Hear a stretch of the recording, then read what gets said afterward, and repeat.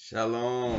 Mais um dia juntos aqui no canal A Rota da Teologia, mais uma aula, mais um momento de reflexão, conversando sobre vários assuntos das ciências humanas que vão de encontro, vão de relacionamento com a teologia, como uma ciência mater dentro do contexto da área das ciências humanas. Meus prezados, hoje vamos falar um pouco sobre alguns aspectos da educação no contexto da psicologia. E aí vamos entrar e transitar da psicologia racional para a psicologia humanista e pensarmos até também um pouco sobre a questão do empírico, né? E de outras propostas dentro do contexto da área da psicologia da educação. Vamos então. Quando nós falamos da psicologia tradicional, aquela psicologia que ela tem um contexto mais pautado no comportamento humano, em compreender o comportamento humano, né? E ela tem um pautado mais no sentido de sentir as realidades do comportamento humano. Nós estamos falando não de uma psicologia que é mais voltada aos termos, vamos dizer assim, naturais, tradicionais, mas é uma psicologia voltada aos aspectos humanistas, porque a psicologia humanista ela surgiu a partir de uma terceira força, e essa terceira força foi proposta por Abraham Maslow. Abraham Maslow que propõe essa terceira força na psicologia, impulsionando os pensamentos de Carl Rogers para assim formar as bases, os pressupostos da psicologia humanista. Não é? A psicologia humanista é essa que, no analisar e estudar o comportamento humano, ela vai dar valor para o quê? Justamente para as significações, para os sentimentos, né?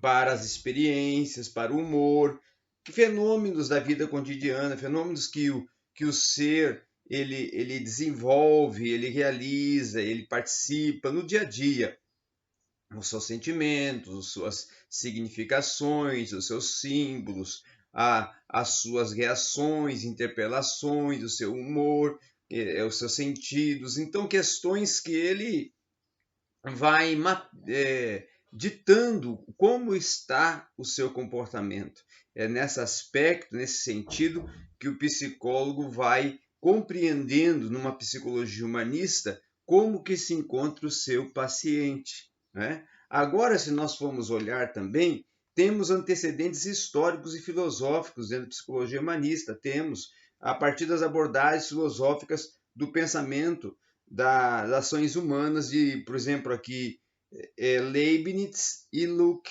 Tá? Luke ele foi um grande, vamos dizer assim, defensor, né? E até, vamos dizer assim, mentor da filosofia e da proposta empírica. E já o Leibniz, da nativista. Né? Na empírica, todos os empíricos e todos que defendem o empirismo, eles são automaticamente experimentalistas, né? E Luke, como experimentalista, vai negar frequentemente qualquer ligação com os chamados premissas básicas, indo mesmo tão longe quanto Skinner. Tá? Então, eles vão se centrar e concentrar na questão da experiência, do dia a dia, do cotidiano, do desenvolvimento do ambiente, da relação, da interação, da descoberta, do novo, não é? Em cima dessas interrelações, desse direcionamento, desse contato com o ambiente, é que o Luke vai estar pautando a premissa do empirismo, tá? Que é um segmento dentro do contexto experimentalista. Agora vamos ver também que o experimentalista, tá? Ele, como está aqui escrito, ele por si só é um exemplo da direção tomada pela tradição luquiana. Tá? De fato, as qualidades particulares de ambas as tradições foram acrescidas através dos anos da gradual acumulação de propriedades adicionais. Então, os sentimentos, os sentidos, as significações e as interpelações, reações, percepções, deduções, que é estudada a psicologia humanista a partir da proposta de Carl Rogers, ela é herdada deste pensamento experimentalista e proposto por Luke dentro do empirismo, porque é ele que mapeia e dá um sentido e um prospecto do ser a partir do comportamento, das suas reações e inter-relações, vamos dizer, seus contatos, seus desenvolvimentos diários dentro do espaço em que ele interfere. Né? Outra questão interessante é que justamente os que permanecem na tradição nativista, como Descartes, Leibniz, né? E como também mais tarde o Immanuel Kant, vai dizer o quê? Que holisticamente eles vão se considerar introspectivamente, tá? E racionalistas, contrário aos experimentalistas. Então eles vão ser mais voltadas às questões racionais, mais voltadas às questões mais, vamos dizer assim, prováveis e questões mais científicas, não é? E a partir de uma análise mais hipotético, não é? Então, a diferenciação das duas abordagens filosóficas facilita a nossa tarefa atual de traçar a história da terceira força. Então, se uma e qual que é esse percurso histórico? O percurso histórico vai iniciar lá no século ainda XVIII, tá? E no começo do século XIX. Tá?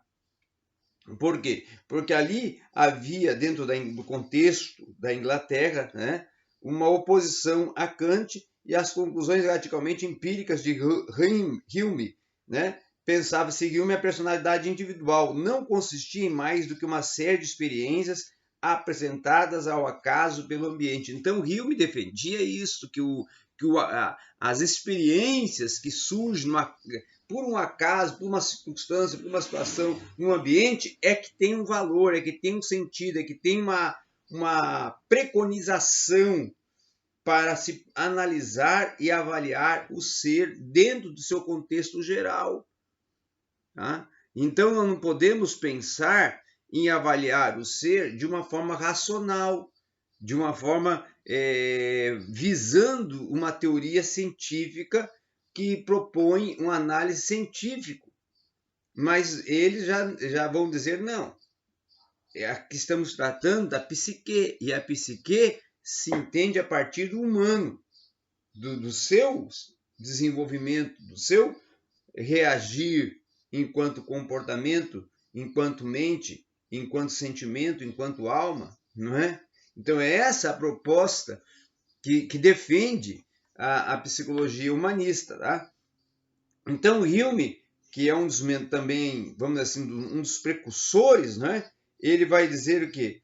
Vai dizer justamente que a psicologia, ao construir um novo sistema baseado no senso comum, em oposição à observação estritamente empírica, não quer isso dizer que filósofos voltaram à lógica dedutiva do escolasticismo, mas que procuraram demonstrar a unidade e coerência de toda a vida mental através da introspecção. Encaravam o indivíduo como uma identidade ativa, que dá forma e direção a experiências resultantes de interação com os seus ambientes. Então, eles encaram e defendem o indivíduo a partir desse seu contato com o ambiente, a partir desse seu olhar para o ambiente, a partir desse interagir com o ambiente. E é essa também a proposta de Skinner, que Skinner vai dizer que a educação e a formação do cognitivo surge a partir do quê?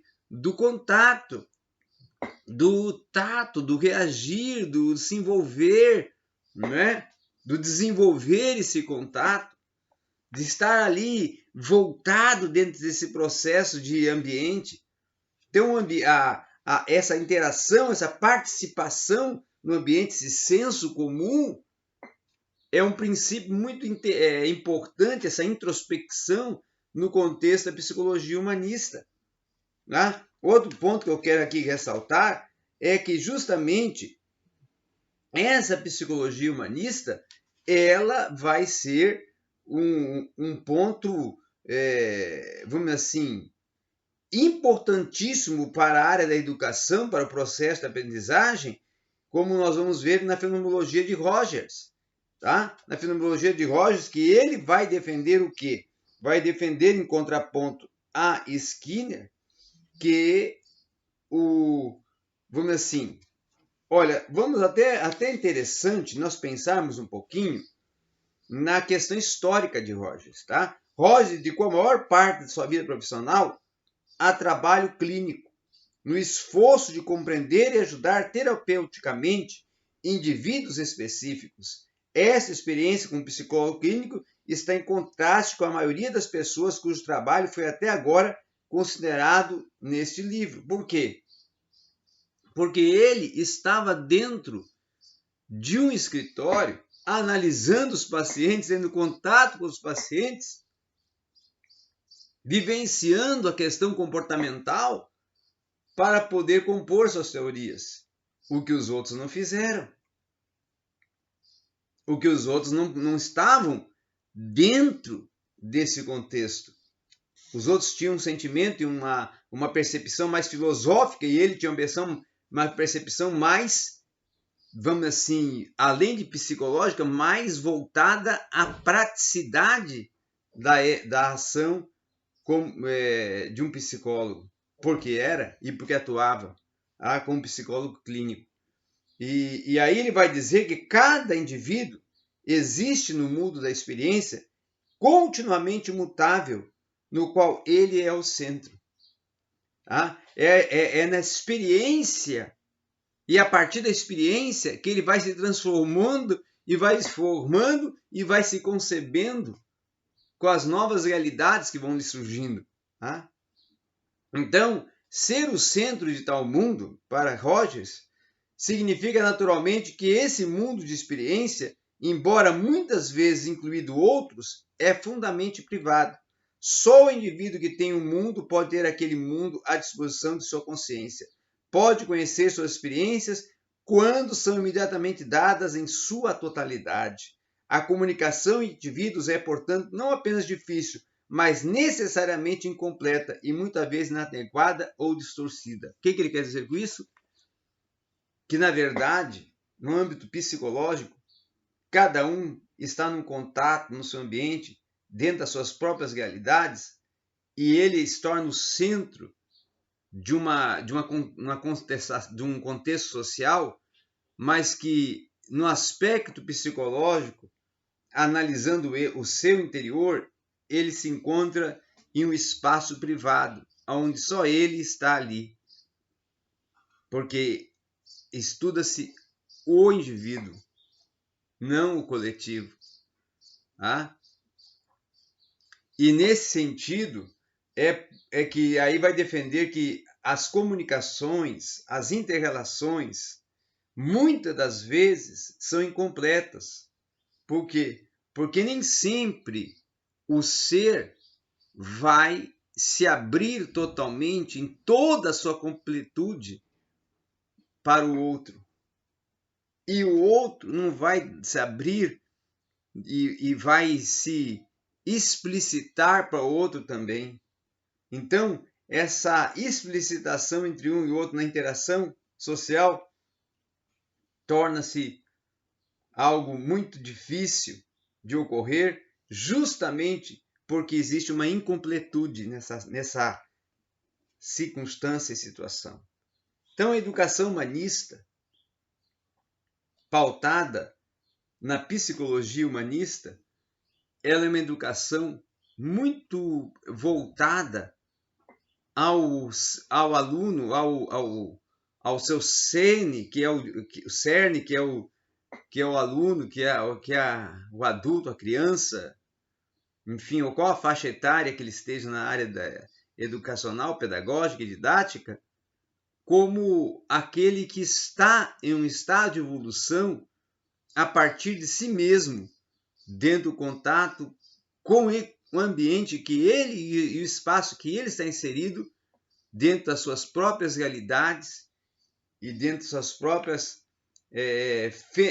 fenomenologias, dos seus próprios fenômenos, a partir dos seus sentimentos, sentidos, significações, reações, sentimentos, percepções, conclusões, induções sobre a vida em que vive dentro da realidade que vive.